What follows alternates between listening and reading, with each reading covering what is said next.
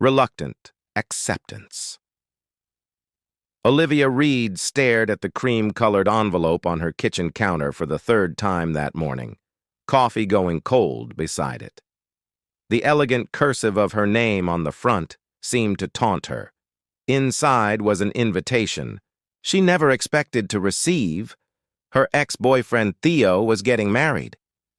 "This is ridiculous," she muttered, pushing her chestnut hair away from her face. "It's been 3 years."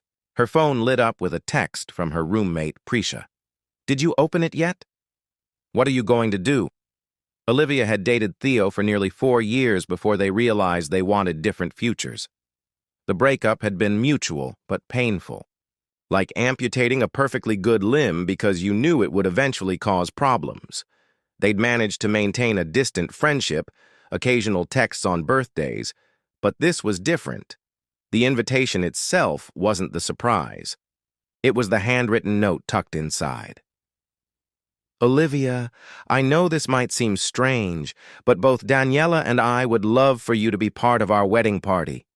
You were such an important part of my life, and Daniela really admires your photography work.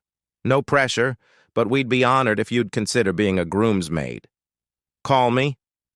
Theo, when she finally called him that evening, Theo sounded genuinely happy to hear her voice. "You don't have to decide right now," he said after explaining how he and Daniela had met at a conference in Rome 2 years ago. "But the wedding's in Tuscany, at her family's vineyard estate, all expenses covered. Think of it as a free Italian vacation with some wedding duties thrown in." "Theo, don't you think it's weird? Your ex at your wedding, in the wedding party?" His laugh was familiar, but somehow different, lighter. "Liv, you know me better than most people ever will. We weren't right for each other, but that doesn't erase the good. Daniela knows our history, and she's the one who suggested it. She says anyone who helped shape me into the man she's marrying deserves a place of honor." Olivia felt a knot in. Her chest loosened slightly. "She sounds remarkable." "She is. You'd like her." 3 months later, Olivia found herself stepping off a small bus onto the sun-baked gravel driveway of Villa Serenita. The sprawling stone building was nestled among rolling hills, covered with neat rows of grapevines. The late afternoon sunlight cast everything in a golden glow that made her fingers itch for her camera. "Olivia, you made it!" Theo's voice called from the entrance. He looked good, tanned and relaxed in a way he never had been during their relationship. The hug they shared was brief but genuine. "Come meet everyone," he said, leading her toward the villa's terrace where a group had gathered. "The wedding party is staying in the main house, other guests in the cottages down the hill." Daniela was everything Olivia had imagined from their video chat, warm, enthusiastic, and strikingly beautiful with her olive skin and wide smile. She embraced Olivia like an old friend. "Thank you for coming," she said in lightly accented English. "It means so much to both of us." As Daniela introduced her to family members and friends, Olivia found herself relaxing. Maybe this wouldn't be as awkward as she'd feared. She was just beginning to feel comfortable when Daniela frowned, looking around. "Where is my brother? Julian was supposed to be here to meet everyone." "Probably still working," said an older woman who had been introduced as Daniela's aunt. "You know how he gets when he's in the middle of a project." Daniela sighed. "My brother. The best man is a music producer, very talented, very particular about everything. You'll meet him at dinner."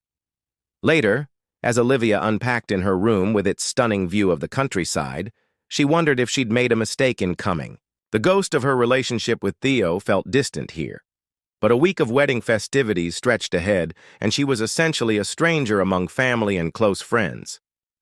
"Just take it one day at a time," she told herself, carefully hanging up her bridesmaid dress. "You're here to support Theo and get to know Daniela. Everything else is just Italian scenery." She had no idea that the most challenging part of this wedding wouldn't be facing her past with Theo, but rather confronting an unexpected future that was about to walk through the door. First impressions. The rehearsal dinner was in full swing when Julian Rossi finally made his appearance. Olivia noticed him immediately. Tall, with dark wavy hair and intense eyes that surveyed the room like he was cataloging every detail. He moved with a quiet confidence that drew attention without demanding it. "So you're the ex," were his first words to her, sliding into the empty seat beside her at the long table. "No introduction, no pleasantries." Olivia nearly choked on her. "Wine." "Excuse me?" "Sorry," he said, not sounding particularly apologetic. "Julian Rossi, brother of the bride, best man, and apparently terrible at introductions." He offered his hand, which she reluctantly shook. "Olivia Reed.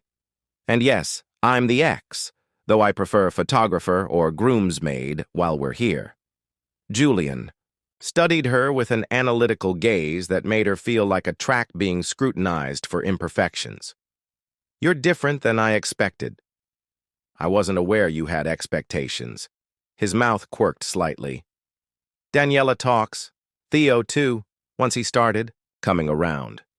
You were the serious one, the planner, the one who knew exactly where her life was going."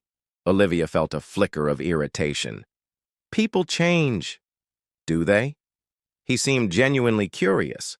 Before she could respond, Daniela swept over, pulling her brother into a tight hug. "You're late. Have you been hiding in your studio all day?" "Working, not hiding," he corrected, his demeanor softening. The Bellucci track needed finishing touches. "Always working," Daniela sighed, then brightened. "But you're here now, and you've met Olivia." "We were just getting acquainted," Julian said dryly. The next morning brought the first of the wedding week activities, a welcome brunch followed by a tour of the vineyard. Olivia found herself paired with Julian for the tour, courtesy of Daniela's not-so-subtle matchmaking. "My sister thinks she's being clever," Julian remarked as they walked between rows of vines heavy with purple fruit. "Does she do this often? Play matchmaker?" "Constantly. Usually with disastrous results." The tour guide, an elderly man named Giorgio who had worked the vineyard for 40 years, explained the winemaking process with passionate gestures. Olivia took photos, fascinated by the centuries-old techniques, while Julian asked technical questions about fermentation times and oak barrel selection. "You really know your wine," she commented as they moved toward the processing facility. "I grew up here every summer," he shrugged. "And sound engineering has parallels to winemaking. Both require precision, patience, and knowing when to trust. Your instincts over formulas." That afternoon, the wedding party gathered to assemble welcome bags for the arriving guests. Olivia suggested an assembly line approach. Julian immediately countered with a different system based on efficiency calculations. "This isn't a factory floor," she argued, frustrated by his insistence on measuring the exact time each task would take. "And that's exactly why we need a system," he replied. "Randomness wastes time. Sometimes spontaneity creates something better than the plan." Their disagreement escalated until Daniela intervened, diplomatically implementing a hybrid of both approaches. To Olivia's annoyance, the system worked perfectly. Later that evening, they clashed again during dance rehearsals for the wedding party's entrance. Julian counted steps with metronomic precision, while Olivia preferred to feel the rhythm. "You're rushing," he told her for the third time. "I'm expressing the music," she countered. "Not everything needs to fit into your perfect mathematical grid." "It's not about math. It's about harmony. When everyone moves together, it creates something greater than individual expression." The dance instructor, a flamboyant man named Paolo, threw his hands up in exasperation. "Enough! You two practice together until you find balance. The rest of us need a break from your arguing." Left alone in the villa's ballroom, they glared at each other as the music started again. Reluctantly, they moved into position, his hand at her waist, hers on his shoulder. "Follow my count," Julian said quietly. "Follow the music," Olivia countered. They started moving, each stubbornly adhering to their own approach. The result was awkward, jerky, and completely uncoordinated. After stepping on her toes for the second time, Julian stopped. This isn't working. Olivia pushed her hair back in frustration. Clearly! Then, surprisingly, Julian's expression softened. Maybe we're both right. The count creates structure, but the feeling brings it to life. He held out his hand again. Shall we try once more?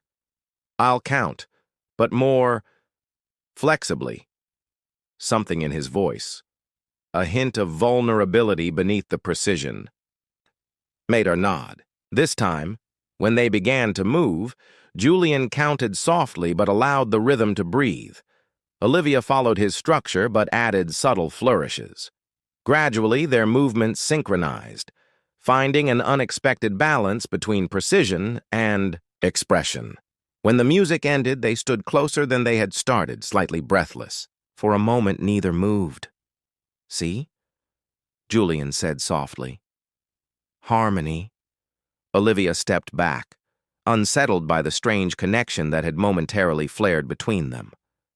Lucky accident. Julian's smile was enigmatic. I don't believe in accidents. Just variables we haven't accounted for yet. As she walked back to her room that night, Olivia couldn't shake the feeling that Julian Rossi was a variable she hadn't remotely prepared for, and that terrified her more than she wanted to admit.